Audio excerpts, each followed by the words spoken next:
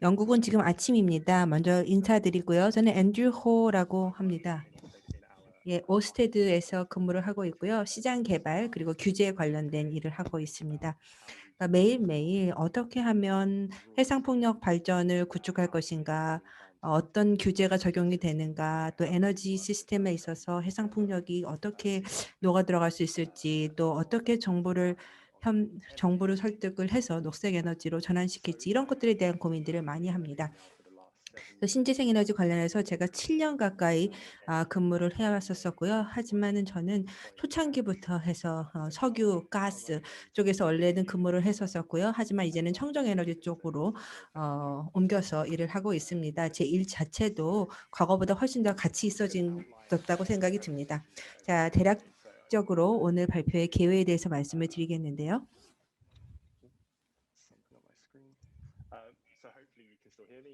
예.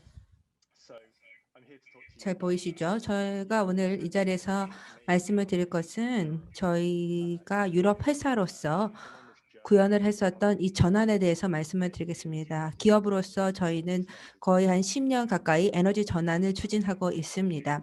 전통적인 에너지 기업이었던 석유, 천연가스 기업이었었는데요. 그러나 지금은 재생에너지의 대표 주자로 큰 전환을 거둔 바 있습니다. 특히 오프쇼어 쪽에서 많은 발전을 했는데요. 이 부분에 대해서 말씀을 드리겠습니다. 일단은 왜 기업들이 전환에 참여하고자 하는지에 대해서 말씀을 드리고 그런 다음에 민관 파트너십에 대해서 말씀을 드리도록 하겠습니다. 정보기관과 어떻게 협력해서 재생에너지를 구축했는지, 왜 민관의 파트너십이 이렇게 중요한지에 대해서 말씀을 드리고요. 그리고 이러한 민관 파트너십의 결과로 저희가 해상폭력과 관련한 놀라운 전환의 여정을 유럽에서 구축을 했습니다. 왜 유럽이 세계 최대 해상폭력 시장이 될 수 있었는지, 또 새로운 신시장에 대해서도 고민을 하고 있고 실제로 저희가 발표를 작년에 했었는데 한국의 해상풍력 발전과 관련된 프로젝트가 있습니다. 인천에서 진행이 되고 있는데요. 이거에 대해서도 조금 말씀을 드리고 또 한국과 어떤 관계가 있는지 말씀을 드리겠습니다. 또한 소비자들의 수요에 대해서 말씀을 드리겠는데요. 우리 소비자들이 여러분 그리고 저 같은 소비자들이 미래 탈탄소 그리고 에너지 전환을 위해서 어떤 것을 요구하고 있는가에 대해서 말씀을 드리겠습니다. 크게 4가지 발표 주제가 있습니다. 먼저 시작에 앞서서 간단하게 좀 질문을 드리겠습니다. 여러분 오스테드에 대해서 는 간단하게 지금 설명이 되었는데요.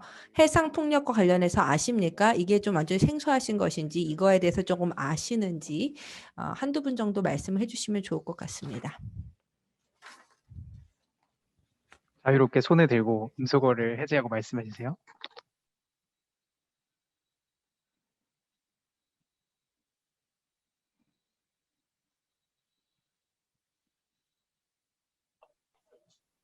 여러분 용기를 내세요.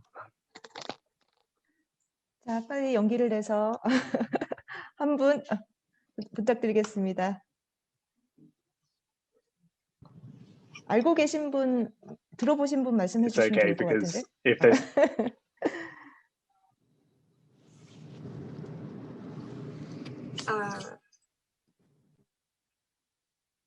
Hello?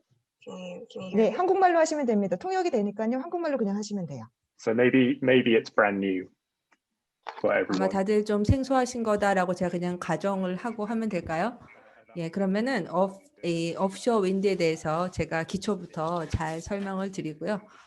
그리고 어떤 일을 하고 있는지 설명을 드리도록 하겠습니다.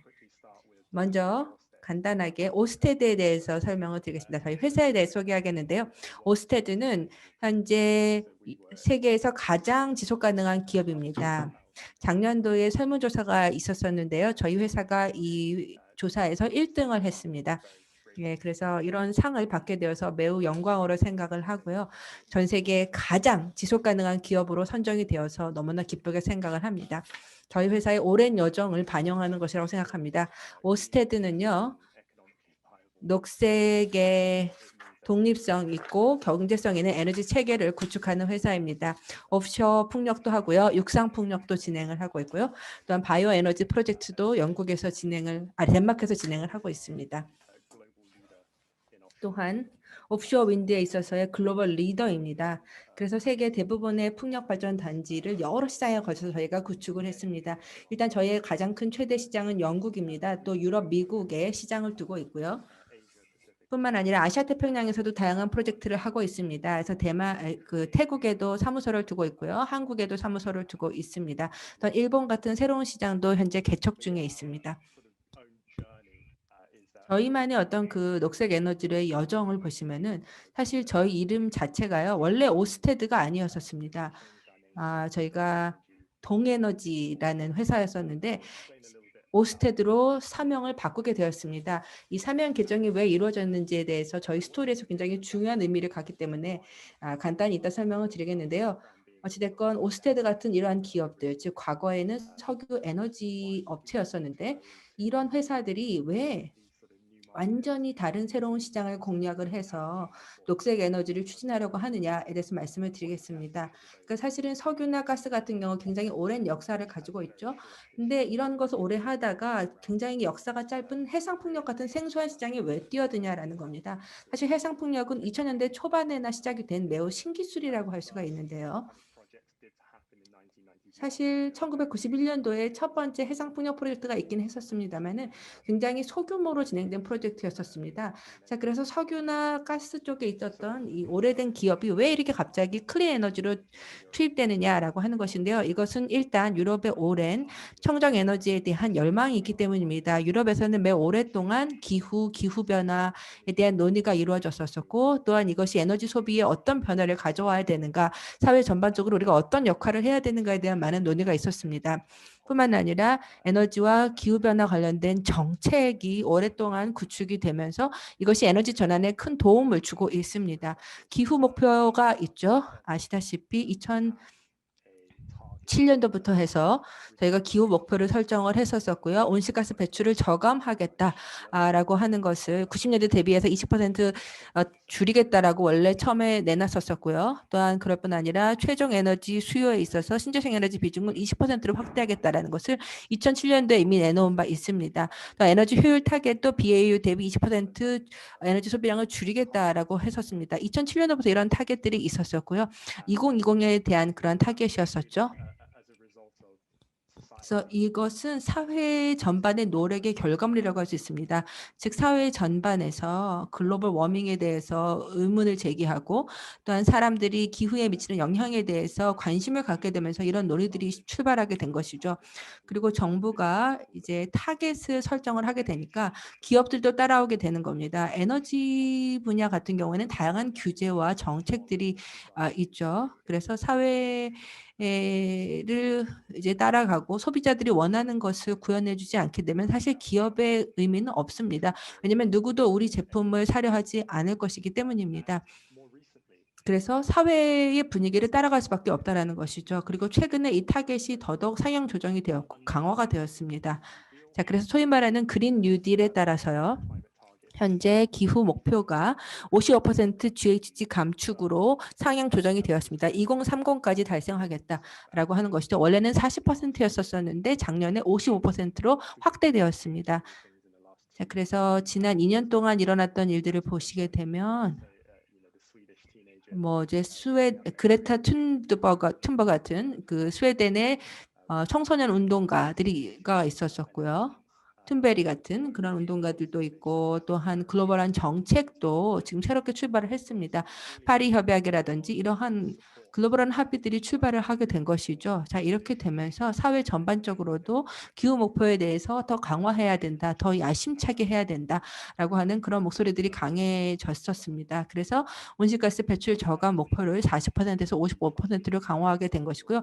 2050이 되면 넷제로를 달성하겠다, 기후 중립을 달성하겠다라고 목표를 세운 바 있습니다. 한국에서도 비슷한 목표를 갖고 있는 걸로 알고 있고 다른 시장도 비슷한 목표를 갖고 있는 것을 알고 있습니다. 또 그럴 뿐만 아니라 또 다른 정책 분야를 보시게 되면 지금 최종 에너지 수요에 있어서 32%를 신재생 에너지로 하겠다라고 했습니다. 이것도 2020에 20%였다가 32%로 확대가 된 것이고요. 그리고 에너지를 사용하지 않는 그 탄소를 배출하지 않는 에너지를 많이 사용하겠다라는 그런 목표를 가지고 있습니다. 즉 보시게 되면 유럽 내에서는 이 변화에 대한 수요가 굉장히 많다라는 것이고요. 이것이 우리의 이야기이기도 합니다. 저희 전신이 동에너지입니다. 이 동에너지가 덴마크 오일 앤 내추럴 가스의 준말입니다. 그래서 원래는 가스 업체였었고 가스 오일 플랫폼을 구축하던 회사였었습니다. 그런데 더 이상 우리는 이런 일들을 하지 않습니다. 계속해서 석유 천연가스를 우리가 할 수 없겠다라고 생각을 한 거죠. 왜냐하면 누구도 이것을 이제 원하지 않기 때문입니다. 그래서 우리가 전환을 하게 되었는데요. 2017년 훨씬 이전부터 해서 전환이 시작이 되었습니다. 사실은 초창기부터 해서 저희가 해상풍력 관련해서 관여를 하게 되었고요. 2000년대 초반부터 해서 해상풍력 관련된 상업 프로젝트를 진행을 했었습니다. 그 당시만 하더라도 기술이 굉장히 이제 초창기였었는데요. 이렇게 되면서 저희가 이제 오스테드로 새로운 회사로 탈바꿈하게 되었습니다. 여기 보시면 전력 변전소가 나와 있습니다. 이 터빈이나 이런 데서 전력을 다 모아가지고 이것을 해안가로 보내게 되는 겁니다. 자, 그리고 우리의 이러한 여정에 있어서 이 전환의 여정에 있어서 이 슬라이드를 보시게 되면은 저희 비즈니스가 어떻게 변화했는지를 보실 수가 있는데요. 일단 저희 회사의 이산화탄소 배출량입니다. 지금 85% 줄어든 것을 보실 수가 있습니다. 현재 저희가 목표하는 것은 제로 이미션을 2025년까지 달성하는 겁니다. 그래서 지금 이 목표를 향해서 잘 나아가고 있고요. 그런데 또 저희를 보게 되면 이 탈탄소를 하게 되었을 때 비즈니스적으로도 굉장히 수익성이 좋다라는 겁니다. 실제로 저희 보시면은 오퍼레이팅 프로핏도 이렇게 올라간 것을 보실 수가 있습니다. 그리고 또한 보다 더 국제화되었습니다. 회사가 이렇게 전환되면서 단순히 덴마크만 상대하는 기업이 아니라 글로벌한 기업으로 확대가 되었다라는 겁니다. 왜냐하면 이러한 전환의 여정에서 우리가 깨닫게 된 것이 이러한 에너지 전환이 유럽뿐 아니라 전 세계에서 일어나고 있다는 것을 알게 되면서 전 세계를 무대로 해서 활동을 하는 기업으로 성장할 수 있게 되었습니다. 저희가 한국하고도 많은 이야기들을 하고 있고요. 실제로 많은 비즈니스 기회들이 있는 것을 확인할 수 있었습니다. 특별히 저희는 해상풍력과 관련해 가지고 전문 기업인데요. 왜 우리가 해상풍력을 선택했느냐? 사실 재생에너지 기술들이 굉장히 다양하죠. 육상풍력도 있겠고 태양열도 있겠고 수력도 있겠고 매우 다양한데 왜 우리는 굳이 해상풍력을 선택했을까요?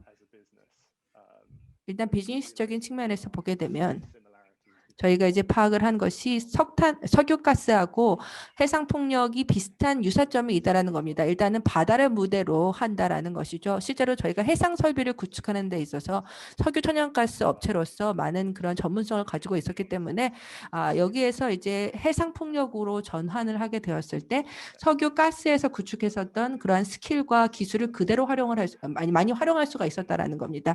또한 해상풍력 같은 경우에는 출력량이 훨씬 더 많습니다. 다른 재생에너지 대비해서 출력량이 훨씬 더 많다라는 것이죠. 즉 육상에 있는 것보다 바다에 있을 때 풍력 발전량을 훨씬 더 늘릴 수가 있고요. 스페이스도 훨씬 더 많죠. 그렇기 때문에 대규모로 할 수가 있고 또한 바람의 품질도 다릅니다. 육상과 해상이 다릅니다. 실제로 바다로 나아가 보면은 풍력 자체가 굉장히 예측 가능하고 일정하게 일어나는 것을 볼 수가 있습니다. 이것이 전력 발전에는 당연히 좋을 수밖에 없죠. 출력량이 안정적으로 유지가 되기 때문입니다.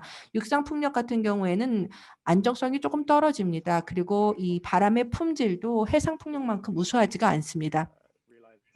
또 한 가지 우리가 이제 깨닫게 된 것은 원가를 많이 절감할 수 있다는 겁니다. 해상 풍력을 하게 될 경우 원가를 크게 절감할 수가 있는데요.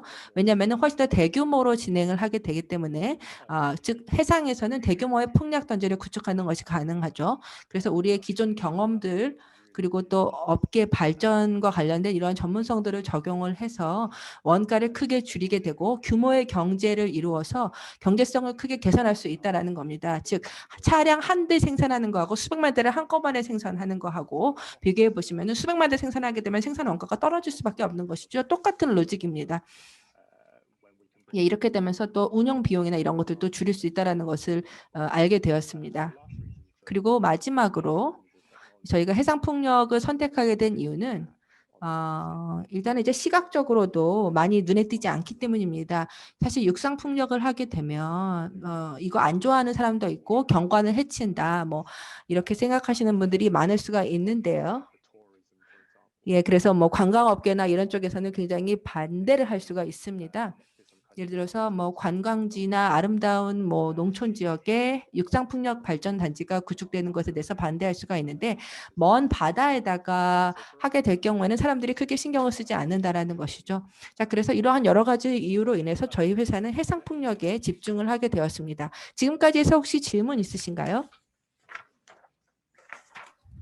질문 없습니다. 다음 계속 진행하시면 될 것 같습니다.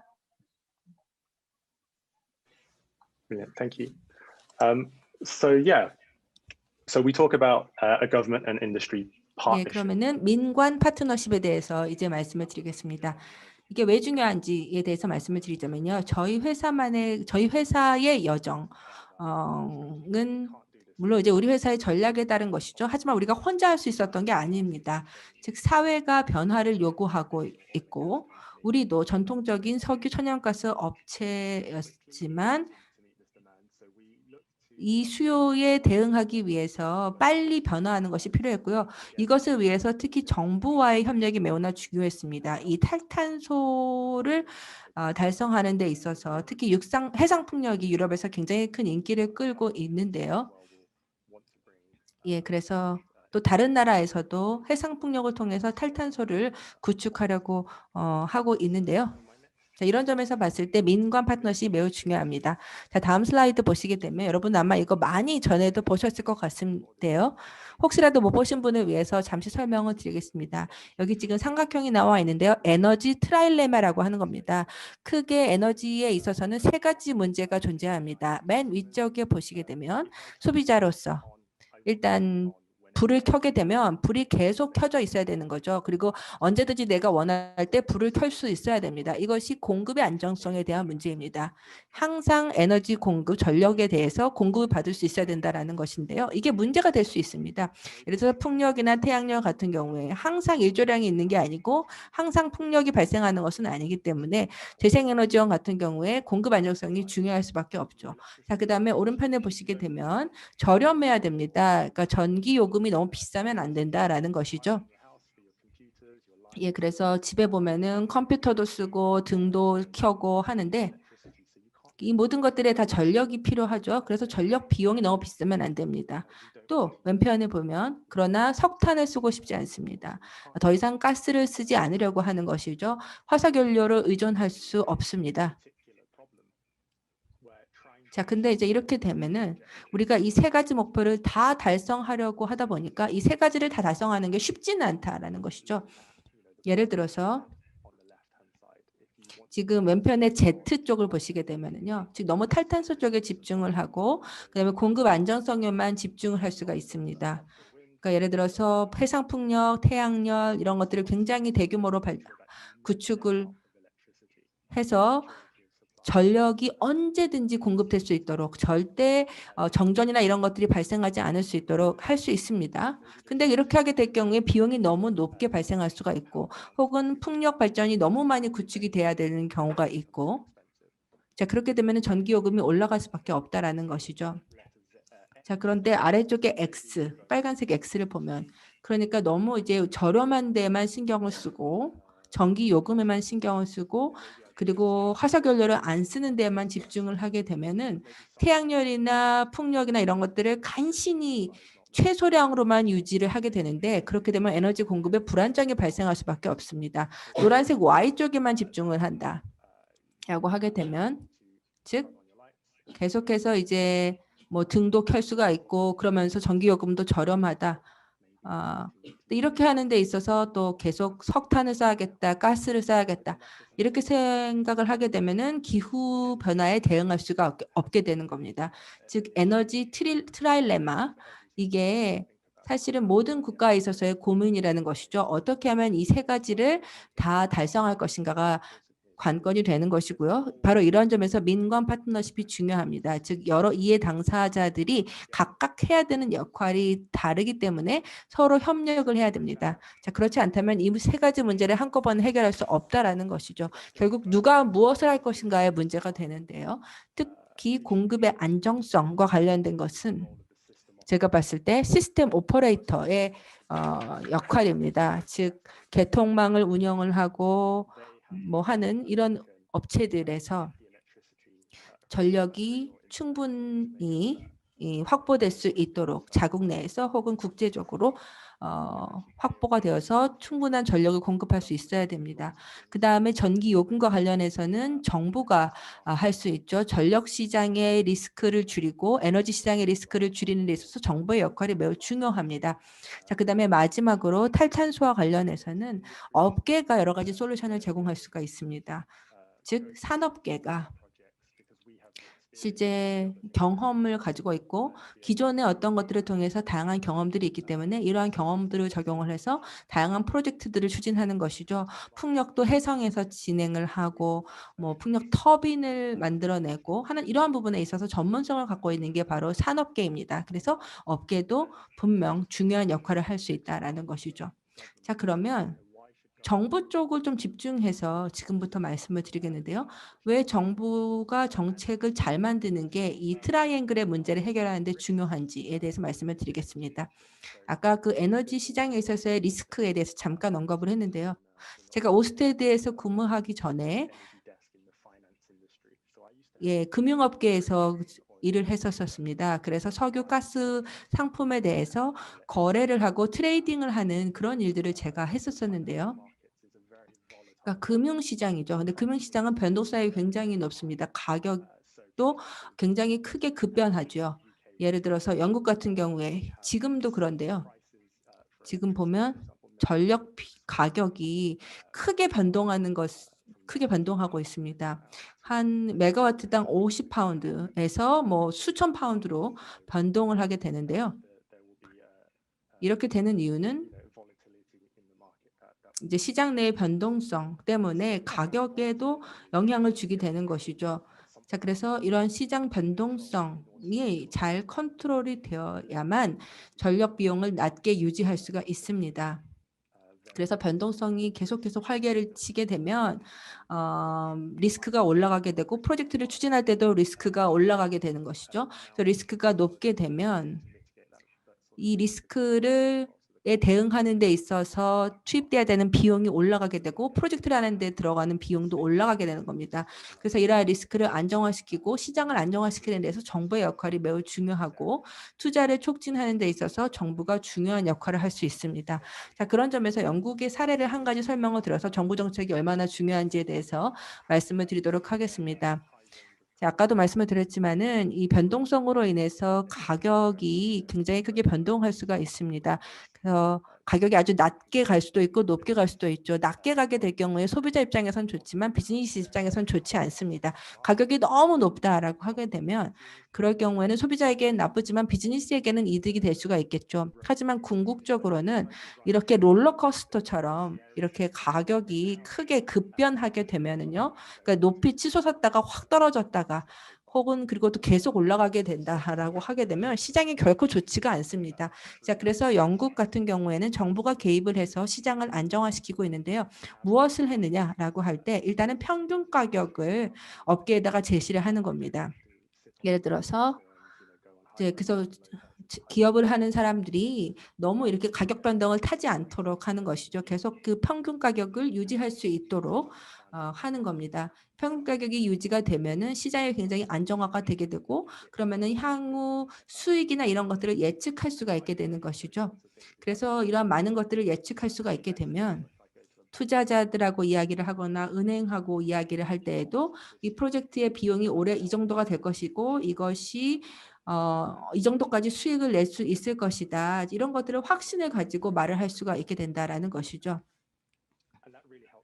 자, 그러면 이렇게 되면 투자를 받는 데에도 훨씬 더 용이해집니다. 이게 굉장히 중요한데요. 예를 들어서 뭐 어떤 프로젝트가 되었든지 간에 뭐 풍력 발전소를 구축을 한다. 혹은 도로를 구축한다. 혹은 이제 그 상수도망이나 이런 것들을 구축한다라고 할 때 사실 인프라를 구축하는 것은 비용이 굉장히 많이 들죠. 그렇기 때문에 파이낸싱 비용 자체를 낮추는 것이 굉장히 중요하고 이 부분과 관련해서 실제 정부가 할 수 있는 역할들이 많습니다. 즉 정부에서 시장을 안정화시켜주는 방법들을 통해서 다양한 충분히 예측력 있는 시장을 확보하는 것입니다. 이것이 사실은 비즈니스가 원하는 시장이지요.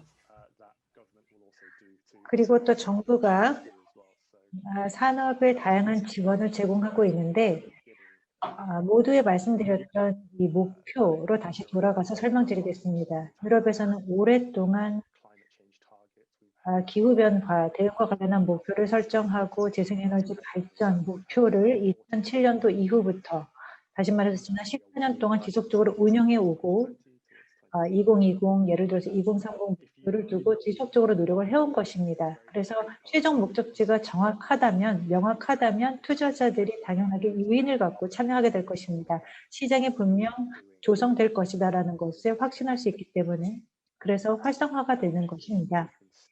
이러한 메시지가 안정적으로 전달이 되고 있습니다. 그래서 두 번째 요점입니다.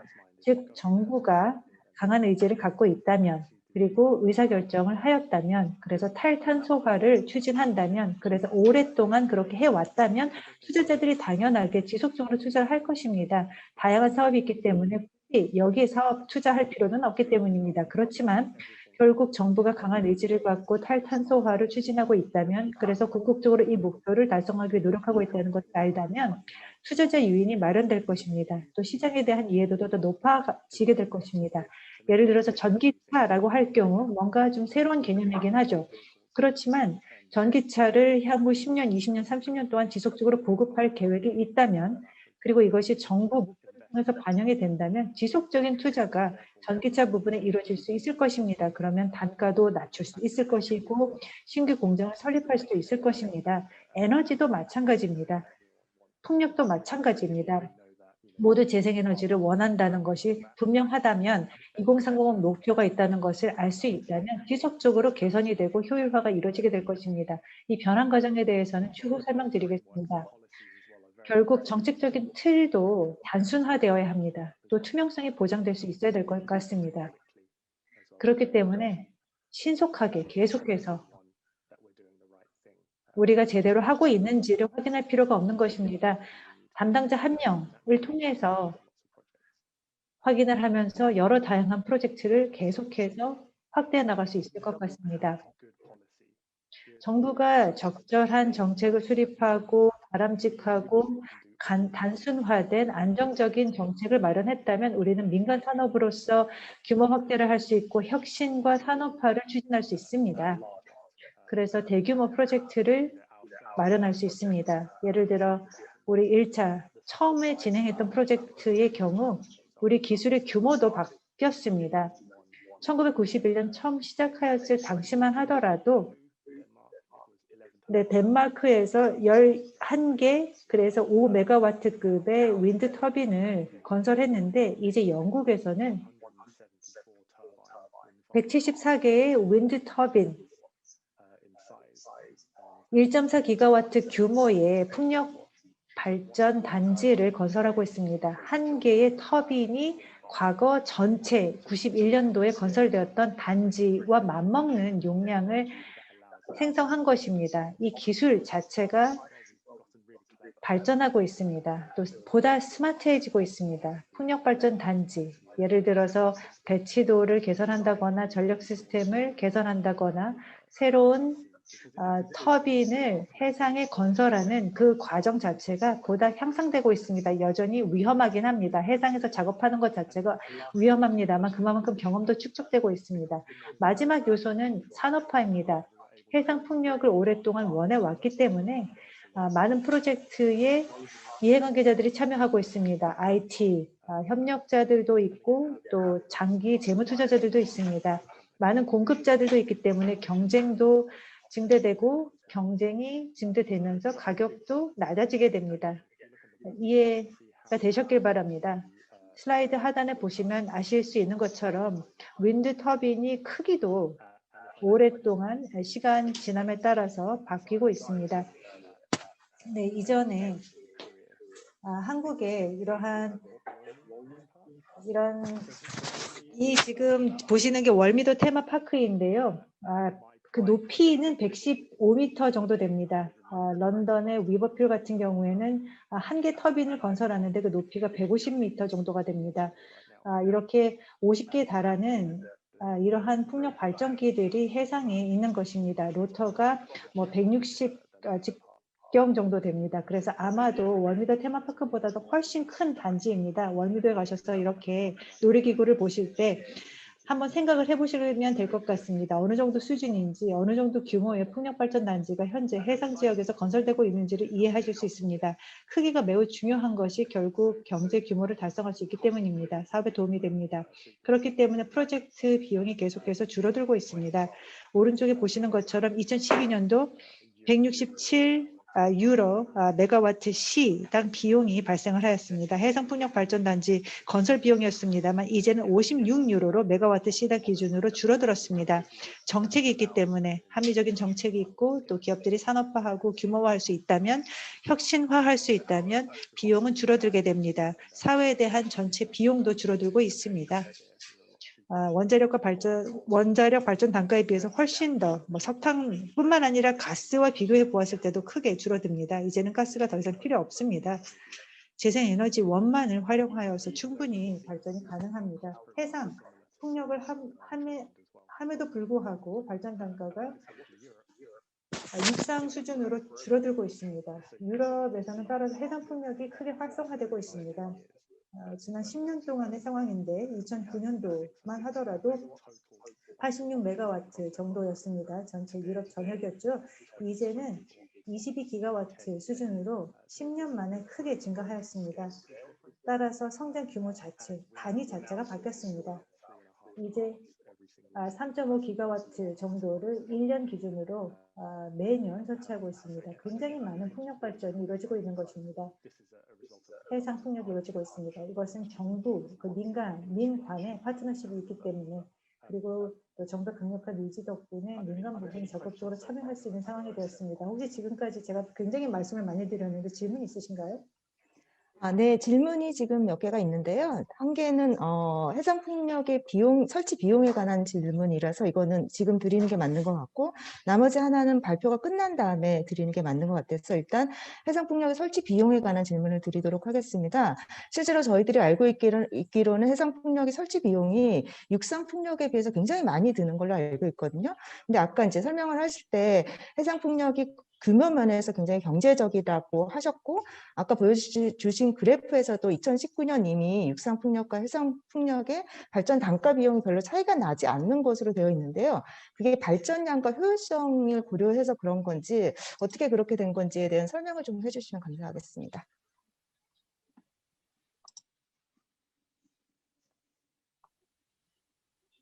Yeah, so 네. in order to the project economics, you can do 프로젝트 경제적인 측면을 개선하기 위해서는 먼저 투자 비용을 줄이거나 아니면 에너지를 더 많이 생산하는 것입니다. 해상 풍력을 통해서 더 많은 에너지 생산량이 가능합니다. 이를 통해서 두 가지를 모두 다 했기 때문에 단가를 줄일 수 있었습니다. 그래서 물질, 소재, 예를 들어서 철강 사용도 줄였습니다.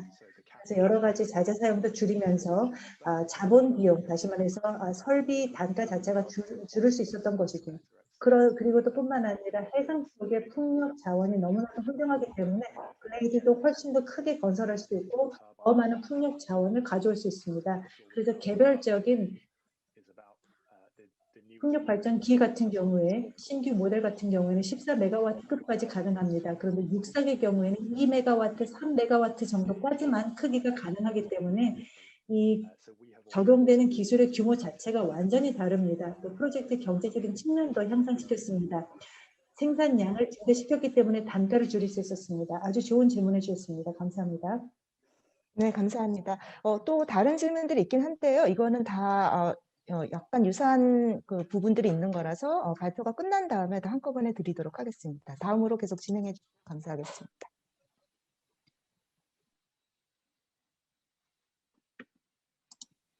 Sure. 네, 그렇게 하겠습니다. 그래서 해상풍력 발전 여정에 대해서 설명을 드렸습니다. 이를 통해서 기술 비용을 지속해서 줄여나가고 있는데 말씀드리겠습니다. 유럽에 전략이 있습니다. 해상풍력과 관련해서 유럽 집행위원회가 유럽의 국제 정부의 역할을 하는 이 시기에서는 2030년까지 60메가와트 그리고 So you can see it's quite ambitious to put this 300메가와트까지 target out here. But like I was saying, 증대시키기로 결정을 feel like 하였습니다. we can deliver 굉장히 this kind of 심오한 target. 목표입니다. 그리고 이런 Our 목표를 industrial 달성이 expertise, 가능하다고 not 보고 just 있습니다. ourselves, but our friends in the 산업 other 사회의 countries 전문성을 that do 갖고 있기 this as 때문에 well. 우리뿐만 We 아니라 feel confident 여러 that this is a 경쟁 technology 기업들도 that 충분한 is 역량을 갖고 있기 때문에 that can deliver. And in turn as well, 이를 it's not 가능케 한 just the 기술을 European 갖고 있다고 institutions, but the 생각합니다. national 유럽 governments as well that have 기관들뿐만 아니라 put 국가 the targets out. 정부들도 In my home 각 country, in 국가 UK, 차원에서 where I'm 목표를 from, we have a 설정하였습니다. 40 gigawatt 제가 온 target by 영국 같은 2030. 경우에는 So the UK is the world's 2030년까지 largest offshore 41 wind market right now. 기가와트를 설치하게 될 것입니다. Today, we have about 유럽에서는 최대 11 시장이 gigawatts of 영국입니다. offshore wind. 현재로서는 11 Getting to 40 기가와트의 gigawatts in the 해상 next 풍력이 decade, 있고 I 향후 think 10년 is 동안 40 relatively okay. Actually, 기가와트까지 it's completely 활성화하는 것이 doable. 저는 가능하다고 생각하고 We already 충분히 have the 타당성이 있다고 roadmap of 생각합니다. the future 이미 projects 로드맵이 that we 있습니다. can 향후 deliver this. 프로젝트와 관련한 로드맵이 And 구축되어 other 있기 때문에 이 markets as well 목표 has 달성이 also 가능하다고 learned. So 봅니다. Denmark, 다른 시장도 my 마찬가지죠. company's home 덴마크 market, also 제 has 10 gigawatts. But 본사가 Denmark 있는 is a very 곳이죠. small 10 country. Denmark 기가와트 is, 목표를 갖고 I think we're 있습니다. 그렇지만 덴마크 5 or 시장 7 규모 million 자체가 people in Denmark. 제한적입니다. In the UK, we are 500에서 65 million. 700만 in the 정도밖에는 UK, but 없습니다만 you can see that Denmark 영국의 actually, 규모는 as a 10배 proportion, has a 이상입니다. very high amount of 그렇기 offshore 때문에 wind in its 덴마크가 사실 targets 비중 차원에서 as 보았을 well. 때는 해상 But 폭력이 also 전체 in 에너지 Germany, 믹스에서 where there's a lot of 차지하는 the 비중이 매우 industrial 큽니다. 독일도 production as well, 그렇습니다. there's also a high 산업 생산이 많이 이루어지고 target in 있는 here as well. 국가죠. So like 뿐만 I was 아니라 saying, 목표치도 for 상당히 offshore wind 높게 in Europe, 설정되어 when these 있습니다. targets 해상 폭력과 exist, 관련해서 유럽 and these targets have 지역에서는 been 이 around for a while, they 목표가 really help.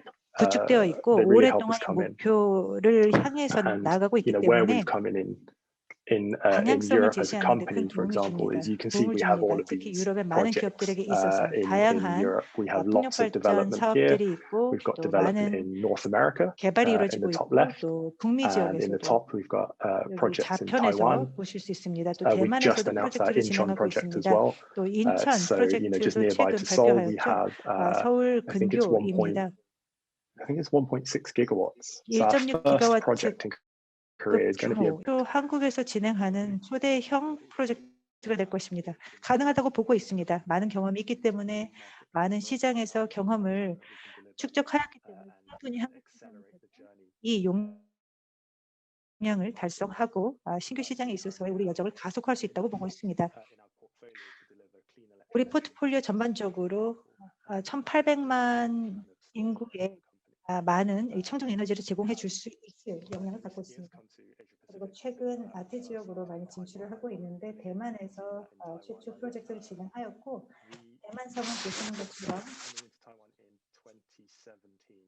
2017년도에 최초, 2016년도였나요? 5년 전쯤에 진출했습니다. 그런데 이제는 이미 프로젝트가 현재 진행되고 있고 우리가 기지도 설치하였고 또 많은 사업이 현재 파이프라인 전반에 걸쳐서 계속 준비 중입니다. 그래서 또 그린 뉴딜도 발표되지 않았습니까? 한국 정부가 발표를 하였고 또 해상뿐만 아니라 육상 풍력과 관련한 기술도 개발이 되고 있기 때문에 이 탈탄소 여정에 특히 한국 시장에 있어서 우리가 기여할 수 있기를 희망하고 있습니다.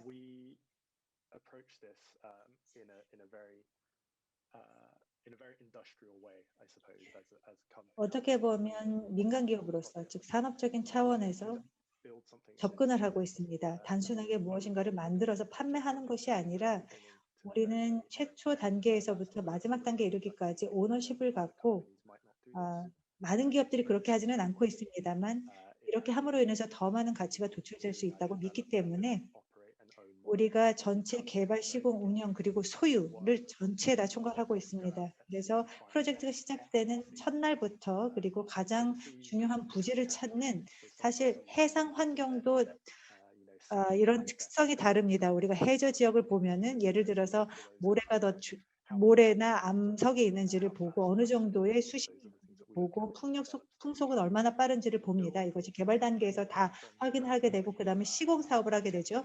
여러 협력 업체들, 기술들이 참여를 하게 됩니다. 선박을 가지고 해상으로 나아가서 건설 사업을 진행하는데 이것도 관리를 하고 있습니다. 그리고 25년 동안 우리가 이 풍력 발전 단지를 운영하게 되는데 일반적으로 수명이 그 정도 됩니다. 신규 단지 같은 경우에는 25년 이상일 것입니다. 스마트해지고 있기 때문입니다. 그래서 이 풍력 발전 단지의 수명을 최적화하기 위해서 노력하고 지금 기존의 25년을 능가하기 위해 노력하고 있습니다. 그래서 이 모든 리스크를 감수를 하면서 우리가 리스크를 완화하기 위해서 노력을 하게 되죠. 여러 재무 투자자들, FI들이 또 참여를 하기도 합니다.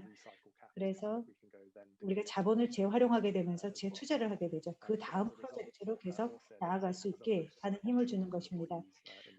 이러한 또 해상풍력 발전단지와 관련해서 최대 규모의 직원, 2,700명 정도의 직원을 보유하고 있습니다. 경쟁사 같은 경우에는 이런 전담 해상풍력단지 발전 인원들을 보유하지는 않고 있습니다.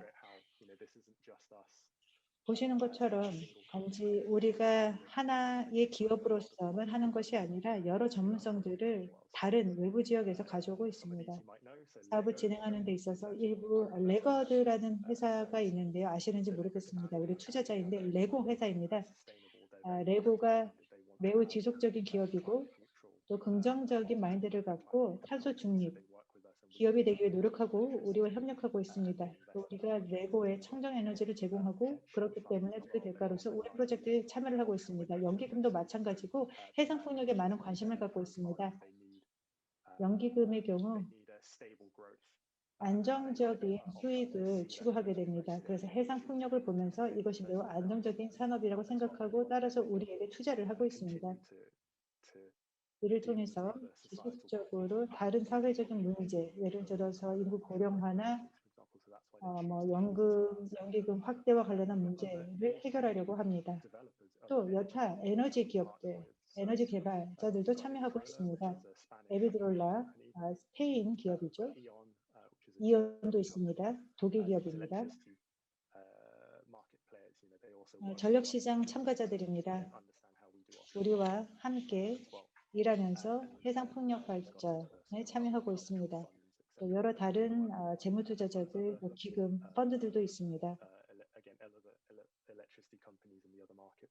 또 도미니언이나 일본의 탭코와 같은 전력기업들도 협력하고 있습니다. 다시 한번 이 스토리 강조하겠습니다. 아까 삼각형을 보여드렸죠. 우리가 정부, 민관 협력이 이루어질 때 이런 탈탄소 그리고 저렴성이 달성될 수 있습니다. 그리고 사회 우리가 전가하는 비용이 줄어들 수 있습니다. 그리고 탈탄소화가 달성될 수 있습니다. 우리가 다음은 공급의 안정성과 관련해서는 말씀을 드리지는 않았습니다만 SO들과 지속적으로 협력하여 여러 다양한 재생에너지를 도입하기 노력하고 있습니다. 또 우리 시스템도 이제는 변환하고 있습니다. 보다 유연한 에너지 시스템으로 바뀌고 있습니다. 이런 가변성 에너지에 적응할 수 있는 시스템으로 바뀌고 있습니다. 혹시 지금까지 질문이 있으신지요? 질문은 프리센테이션이 끝난 다음에 하는 것이 좋을 것 같거든요. 그래서 계속 진행해 주시면 될 것 같습니다. Sure. Sure. Thank you. 네, 알겠습니다. 마지막입니다. 사회 일원으로서 제가 발표를 처음 시작하면서 왜 우리 사업을 바꿨는가, 바로 사회의 요구가 있기 때문입니다. 어느 누구도 이제 석유가스가 아닌 예를 들어서 석유 사용을 한다면 청정에너지를 사용하게 되는 것과 마찬가지입니다. 이런 사회적인 요구로 인해서 기업이 변하기 시작했습니다. 그래프를 보시면 재생에너지와 관련해서 영국에서 소비자들이 보여주고 있는 지지입니다. 3개월 분기별로 이제 영국 정부가 설문조사를 수행을 하고 있습니다. 각각 기술과 관련한 지지 수준을 평가를 하고 있는데 상대적으로 높은 수준으로 재생에너지가 나타나고 있습니다. 태양광이 가장 높습니다. 86% 지지율, 그 다음 해상풍력이 81%입니다. 등등 여러 재생에너지 원에 대한 지지도가 표시되어 있습니다. 항상 대중의 수용도가 높았고 또 기술이 있었습니다. 영국의 사례인데요. 그렇기 때문에 우리는 기업으로서 사실 여기서는 원자력은 나타나지 않고 있죠. 원자력에 대한 지지도가 40% 정도로 상당히 낮습니다. 그래서 이 그래프 안에는 반영이 되어 있지는 않습니다. 우리는 소비자로서 어떤 특정 에너지원을 원하죠. 더 이상 석탄을 원치 않습니다. 가스도 원치 않습니다. 원자력도 이제는 원치 않습니다. 우리가 원하는 것은 재생에너지죠. 그렇기 때문에 지속적인 대중의 지지가 있었던 것입니다. 이것이 정부 쪽으로 피드백이 됩니다. 정책안에 반영이 되는 것입니다. 이를 반영해서 우리가 사업을 하고 있습니다. 앞으로 에너지의 수요는 어떻게 바뀔 것인가, 또 사회는 어떤 식으로 변할 것인가를 살펴보겠습니다. 영국의 사례인데요. 에너지 니즈 2017년도 파란색 좌편에 되어 있습니다. 영국에서 300테라와트 시 에너지를 매년 소비하고 있는데 이제 탄소 중립을 달성하기 위해서 그리고 넷제로를 달성하기 위해서는 아마도 1300테라와트 시가 가능해져야 될 것입니다. 2003년도 30년도 시점에서 다시 말해서 엄청난 에너지 변화가 필요하고 전력화가 필요하고 전동화가 이루어져야 될 것입니다. 아마도 탈탄소화 곡선이 95%로 나타나고 있는데 즉 우리 경제의 탈탄소화 95%를 달성하기 위해서는 우리의 전력 소비를 600테라와트-시로 2배 증가시켜야 됩니다. 그런데 나머지도 5%를 달성하는 게 어렵습니다. 탈탄소 95%까지 달성할 수는 있지만 나머지 5%를 증가시키려면 600에서 1200이나 1300테라와트-시로 2배 증가시켜야 되는 것입니다. 이것이 남아있는 도전 과제입니다. 단순하게 전력으로서만 충당할 수는 없습니다. 예를 들어서 수소 발전에 대한 논의가 진행되고 있는 이유입니다. 수소의 경우에 이 수전해가 이루어지고 있죠. 파란색 우편으로 표시되어 있는 수전해입니다. 이제 경제가 사실 가스의 기반으로 적용되고 있는데 모든 것을 전동할 수 없을 수도 있습니다. 일부 예를 들어서 천연가스를 더 이상 사용할 수가 없기 때문에 수소 에너지를 활용해야 될 것입니다. 수소 또는 전기로 구동이 되는 트럭이 필요할 것이고 CCS도 필요할 것이고 또 합성 연료도 필요할 수도 있습니다. 즉 탄소를 기반으로 하고 있는 연료는 아니죠. 이 케로신이 바로 그것입니다. 항공 연료로 사용이 되고 있는 연료입니다. 따라서 이 여정을 감에 있어서 해야 할 일이 정말 많습니다. 할 수 있는 일도 많고 또 쉽게 할 수 있는 즉 95%까지 탈탄소화를 달성하는 쉬운 여러 행동들이 있지만 나머지 5%까지 가는 것이 어렵습니다. 그 라스트 마일을 가는 것이 어렵습니다. 지금 행동을 해야 됩니다. 예를 들어서 수소가 마지막 5%를 가능케 해줄 것입니다. 마지막 슬라이드가 되겠는데요. 현재 덴마크 코펜하겐의 상황입니다. 우리가 여러 덴마크 기업들과 협업하고 있습니다. 그래서 수소를 코펜하겐으로 도입하기 위해 노력하고 있는데 나머지 5% 라스트 마일을 가기 위해서는 지금 행동을 해야 됩니다. 그래서 마스크라고 하는 이 해운 회사이죠. 그리고 SAS라고 하는 스웨덴 항공사, 그리고 코펜하겐 공항, 그리고 선박회사 FDS, GFDS 물류회사와 협력을 하고 있는데요. 보시는 것처럼 여러 기업들과 재생 수소를 2030년까지 도입하기 위해 노력하고 있습니다. 많은 기업들이 이제 이 재생 수소를 활용할 수 있게 될 것입니다. 항공기를 전력화, 전동화할 수는 없습니다. 보트도 마찬가지입니다. 다 모든 것을 전기화하고 전력화할 수는 없는 것입니다. 일반적으로는 이 수소를 활용할 수 있을 것입니다. 저장도 가능하고 에너지 밀도도 높습니다. 집약도도 높습니다. 제대로만 한다면 가능합니다만 지금 행동을 해야 되는 것입니다.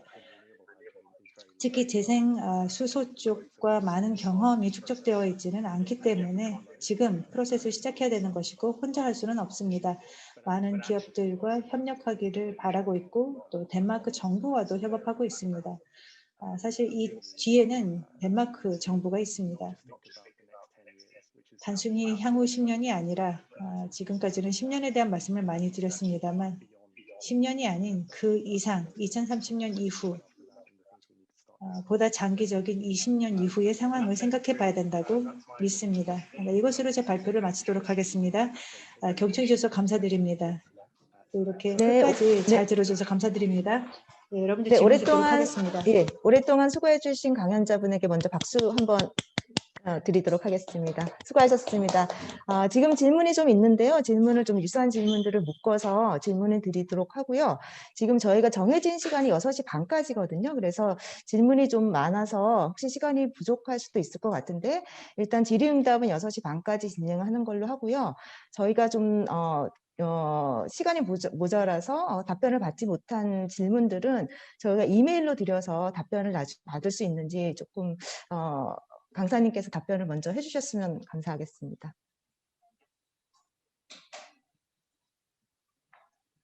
Yeah, sure, absolutely. 예, 물론 가능합니다. 네, 감사합니다. 그러면 이제 제일 먼저 나왔던 질문이 이게 조금 질문이 조금 이제 많은데요. 사실 이제 지금 참가하시는 분들이 가장 궁금해하는 부분일 수도 있을 것 같아요.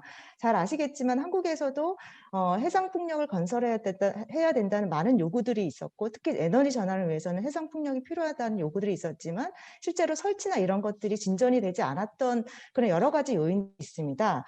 그래서 일단은 이제 궁금한 게 유럽에서는 실제로 해상 풍력 관련한 이제 건설들이 굉장히 많이 되고 있는데 영국은 물론 덴마크도 마찬가지고요. 유럽에서의 어떤 그러니까 그 해상 풍력 설치와 관련해서 정부 규제가 어떤 것들이 있는지 예를 들어서 이격 거리 그러니까 해상 풍력 발전 기간의 거리 규정이라든가 소음 규정이라든가 이런 규제가 어떤 것들이 있는지 일단 궁금하고요. 그다음에 이제 해상 풍력을 설치하는 데 있어서 사실 주민들과의 갈등이 있잖아요. 한국 상황을 잘 알고 계실 것 같아요. 인천에서 사업을 이제 시작하시려고 하시기 때문에.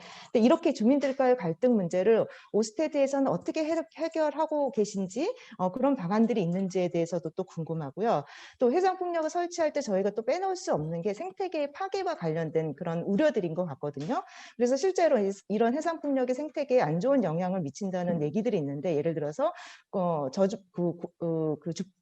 저주파 때문에 돌고래들이 바다를 떠난다든가 이런 이제 얘기들이 있는데 이런 상태가 파괴에 대해서 혹시 조사 결과나 이런 것들이 있는지 이런 상태가 파괴가 일어난다면 여기에 대한 대안들이 있는지 일단 궁금하고 또 마지막으로는 아까는 이제 그 해상 풍력 설치와 관련된 이제 유럽의 규제들을 여쭤봤었는데 해상 풍력을 다 사용하고 나중에 Sure. 철거와 관련된 규제들이 있는지 혹시 그 부분까지 포함해서 말씀을 다 해주시면 감사할 것 같습니다. Go ahead.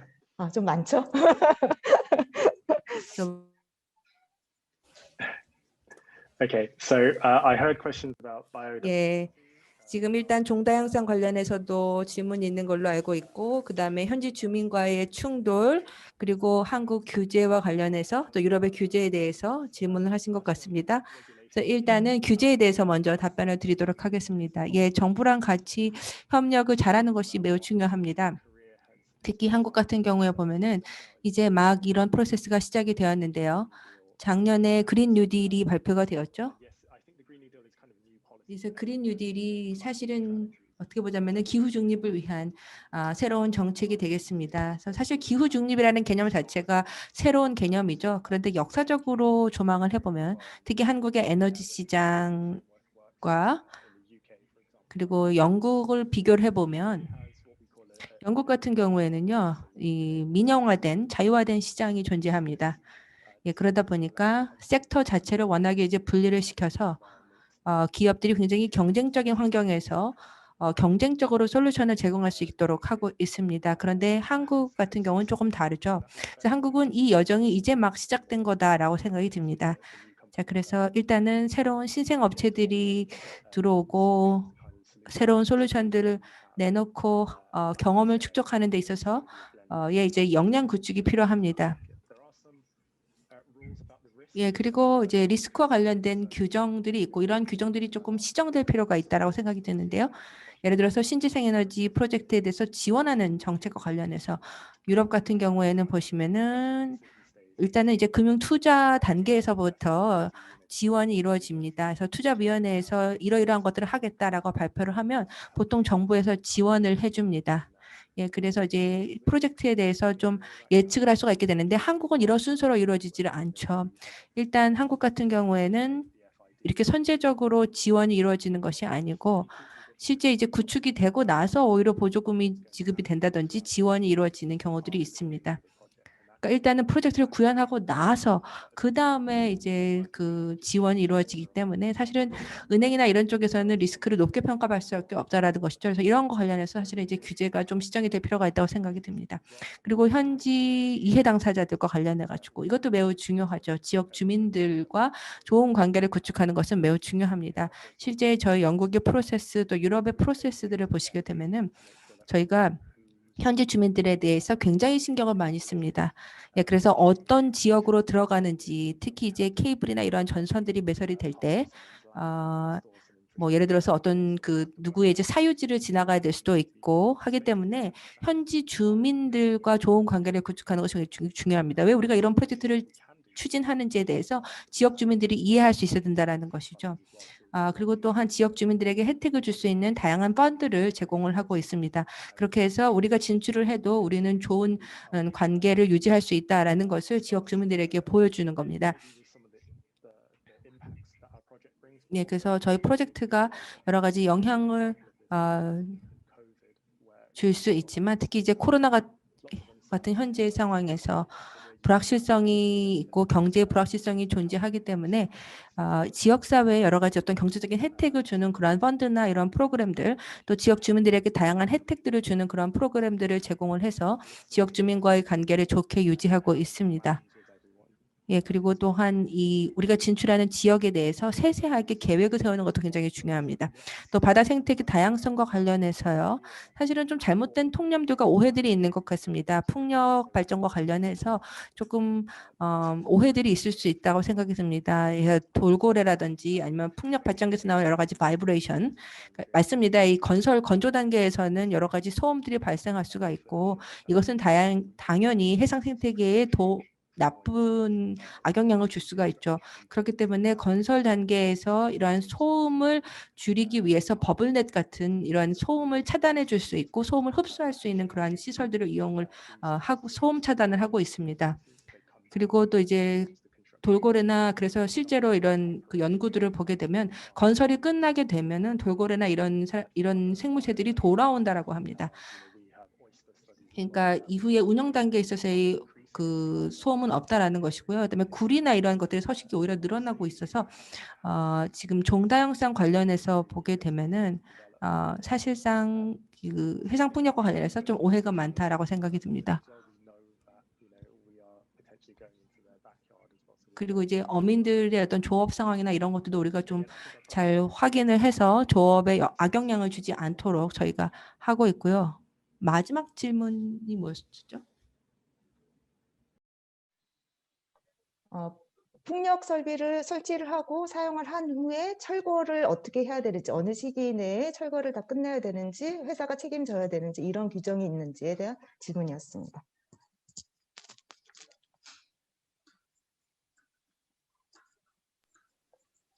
Yep. So 네. we will always submit a decommissioning plan. 철거 계획을 사전에 제출해야 됩니다. 정부와 함께 일을 하기 때문에 단순하게 설치만 하고 떠날 수는 없는 것입니다. 따라서 설치뿐만 아니라 철거 계획도 작성하고 제출해야 됩니다. 모든 장비를 철거하게 됩니다. 윈드 터빈이라든지 이런 기반 설비들을 모두 철거하게 되는데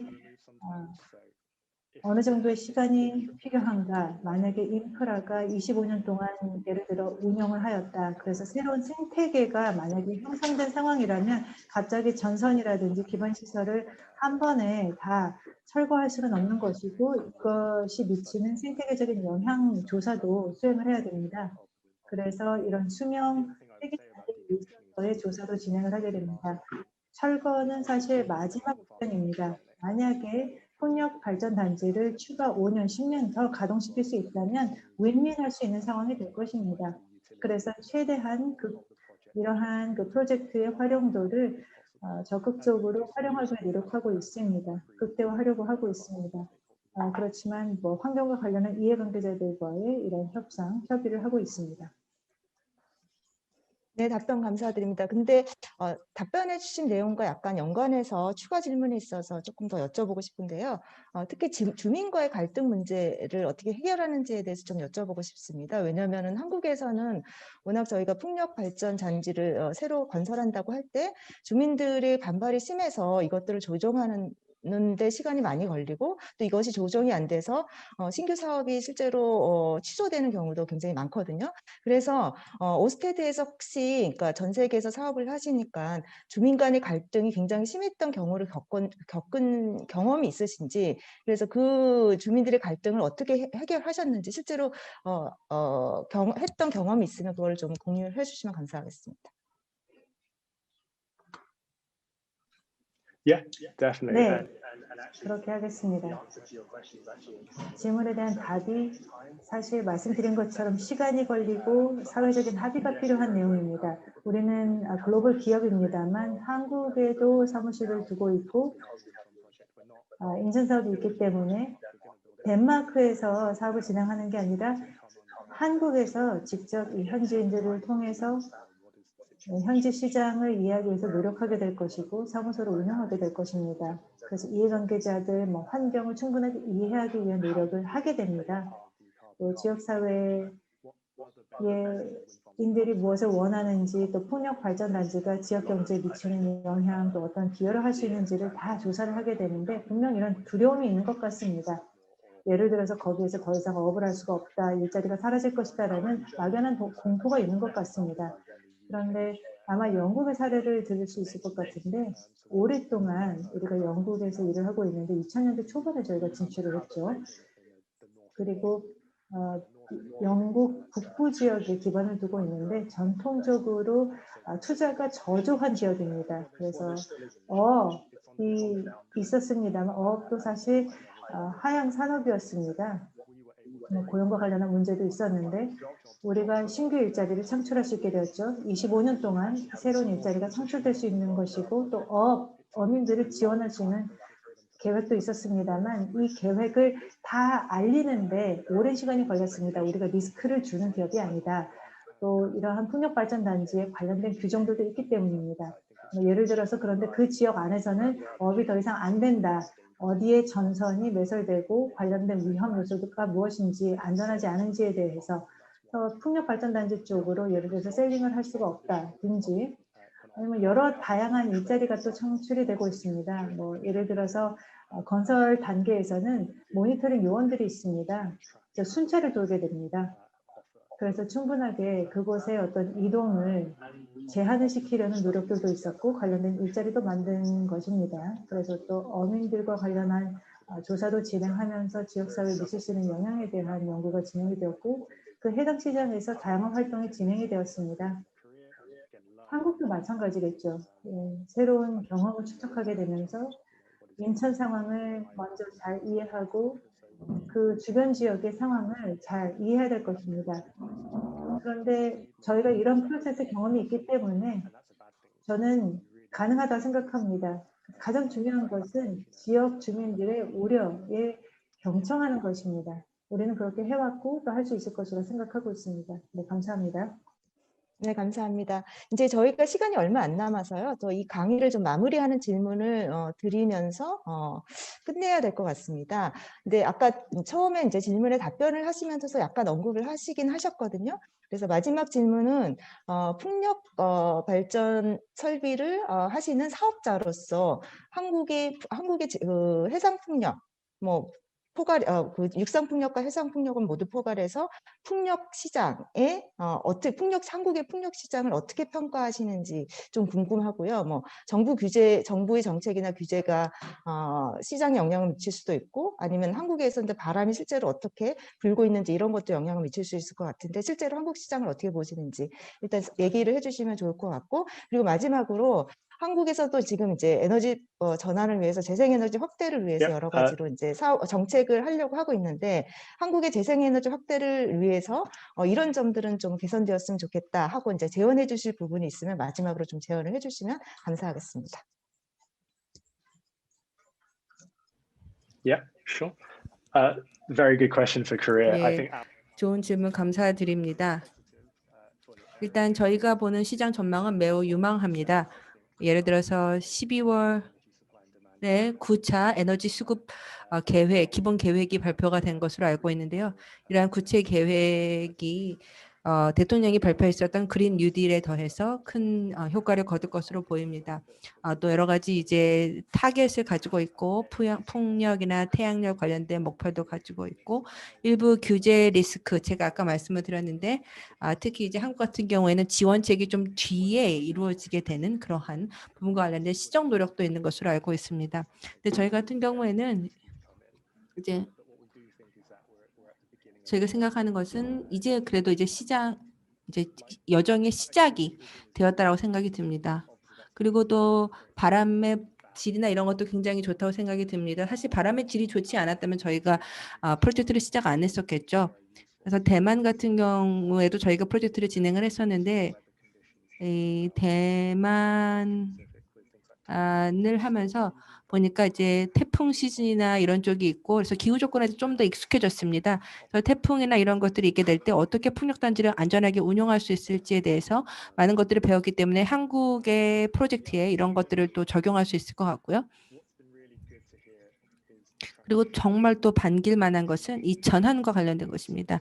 특히 전환과 관련된 의지가 강하고 정부에서도 또 시민들도 이런 것들에 대해서 밝히고 있고 청정 에너지로의 전환에 대한 한국의 의지가 강하고 보다 지속 가능한 사회로의 전환을 위한 의지가 강하다는 게 매우 반갑다고 생각이 듭니다. 저희 회사의 모토도 보게 되면 이런 녹색 에너지로 구현되는 사회인데요.